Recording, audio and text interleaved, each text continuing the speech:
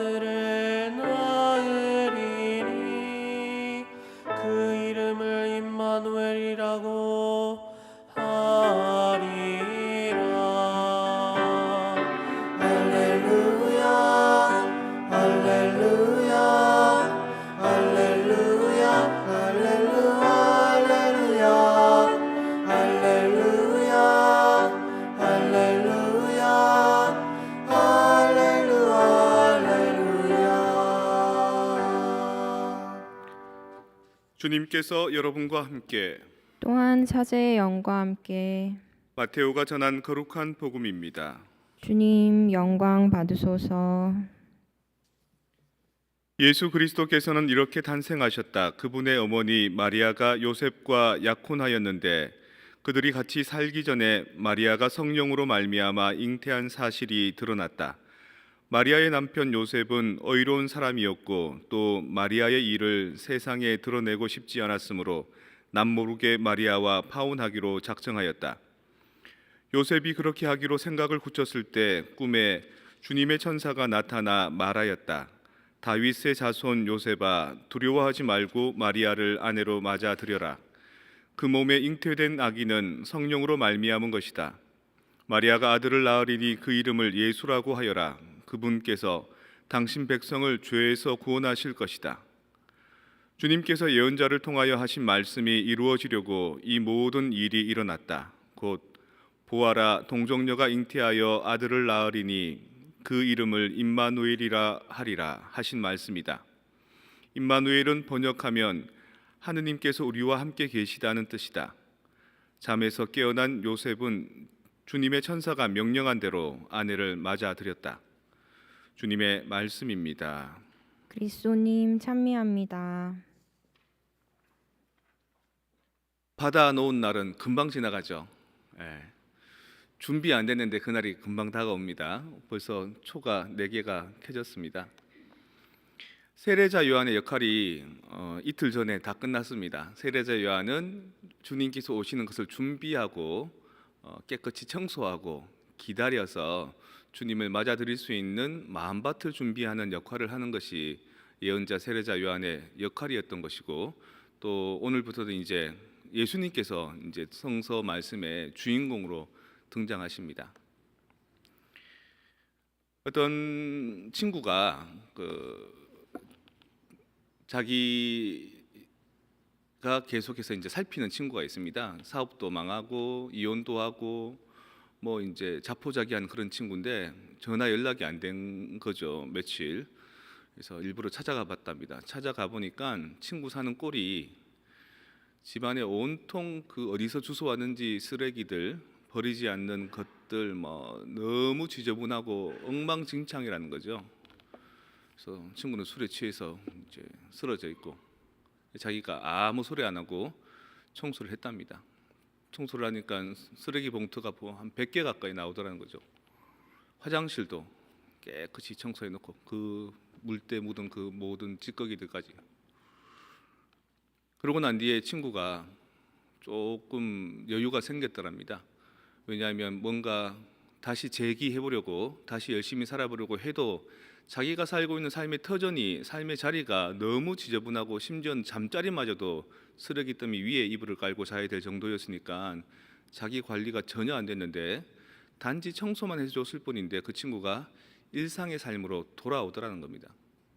그리고 직장도 구하고 얼마 되지 않는 돈이지만 그걸 가지고 저축도 하고, 그래서 옛날처럼 사업할 때처럼 잘나진 못했지만 그래도 사람 꼴을 하고 살더라는 거죠. 일본의 마츠다 마츠히로라는 작가가 있습니다. 그 사람이 쓴 책이 소지도 치카라 뭐 이런 책이 있습니다. 청소의 힘 뭐 이런 뜻입니다. 그 사람 말이 어떠냐면, 사람이 제일 자괴감을 느끼고 자기 스스로가 이제 끝났다라고 생각할 때가 자기 주변이 어수선할 때라는 겁니다. 그래서 단순히 청소만 잘 해 놓아도 다시 일어날 수 있고 다시 긍정적인 마음을 가질 수 있다라는 것을 책으로 쓰고, 또 자기 주변 사람들하고 그런 청소의 힘, 뭐 희망의 복음 이러면서 이제 그 무리를 이끌어서 마치 이제 정신과 치료처럼 아니면 어떤 캠페인처럼 그렇게 열심히 이제 살아갑니다. 그리고 그 책의 영향을 받은 어떤 그 여성 기업가인데 자기가 이제 CEO지만 출근하면 뭐부터 하냐면 직원들 화장실부터 가서 청소를 하는데 맨손으로 한답니다. 맨손으로. 손으로 이렇게 다 닦는 거죠, 화장실을.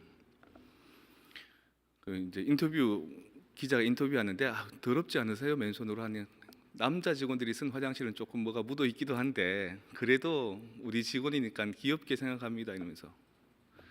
근데 이게 어떤 효과가 나냐면 그 전에는 거의 이제 한 매출이 한 100만 엔 정도 이렇게 났는데 그 다음에는 청소를 하고부터는 200만 엔 정도, 2배 정도 매출이 난답니다. CEO인 자기도 그 깨끗하게 누군가를 위해서 청소해 주는 그것 자체가 이 동기부여가 되고 열심히 일해야 되겠다는, 직원들도 그것이 고맙고 자기들 환경이 깨끗하게 정리되면 될수록 빠른 일 처리를 할 수 있고 헤매지 않고 능률이 오르더라는 거죠. 아까 제가 세례자 요한이 해야 될 역할이 무엇이었냐 말씀드렸죠. 청소하는 일이었습니다. 예수님이 잘 오실 수 있도록 준비하고 깨끗하게 치우는 일, 높은 산은 깎아내리고 깊은 골짜기는 메우고 가시덤불은 없애고 돌밭은 고르고.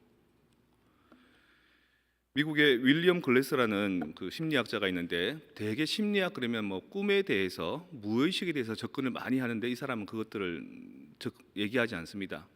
실제적으로 현실적인 것들 이것만 다루면은 오히려 심리학에 도움이 된다는 겁니다.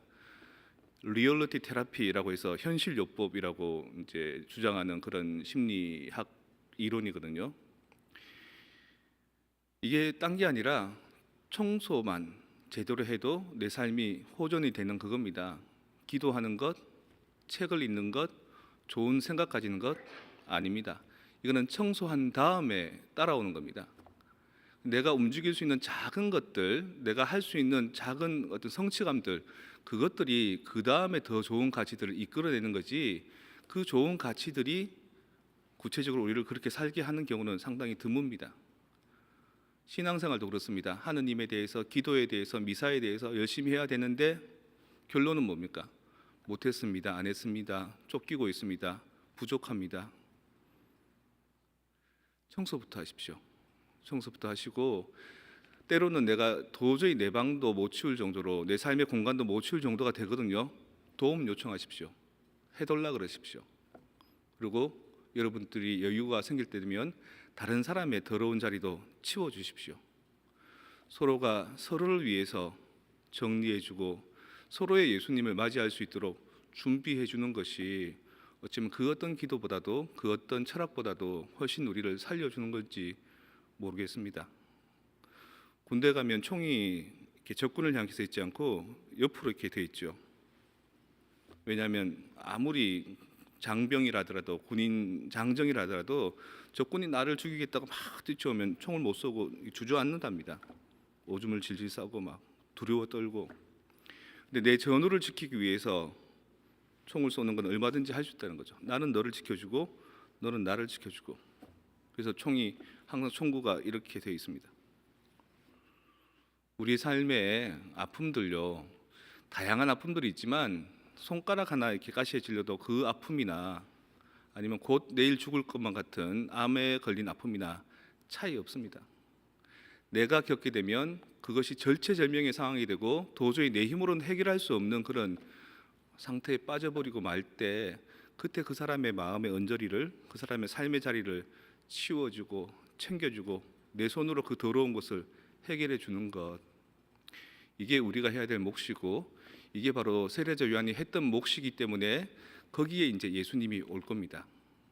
예수님이 잘 오실 수 있도록 여러분들은 여러분들의 주변과 여러분들의 이웃들을 잘 치우고 청소해주고 격려해 주셨습니까?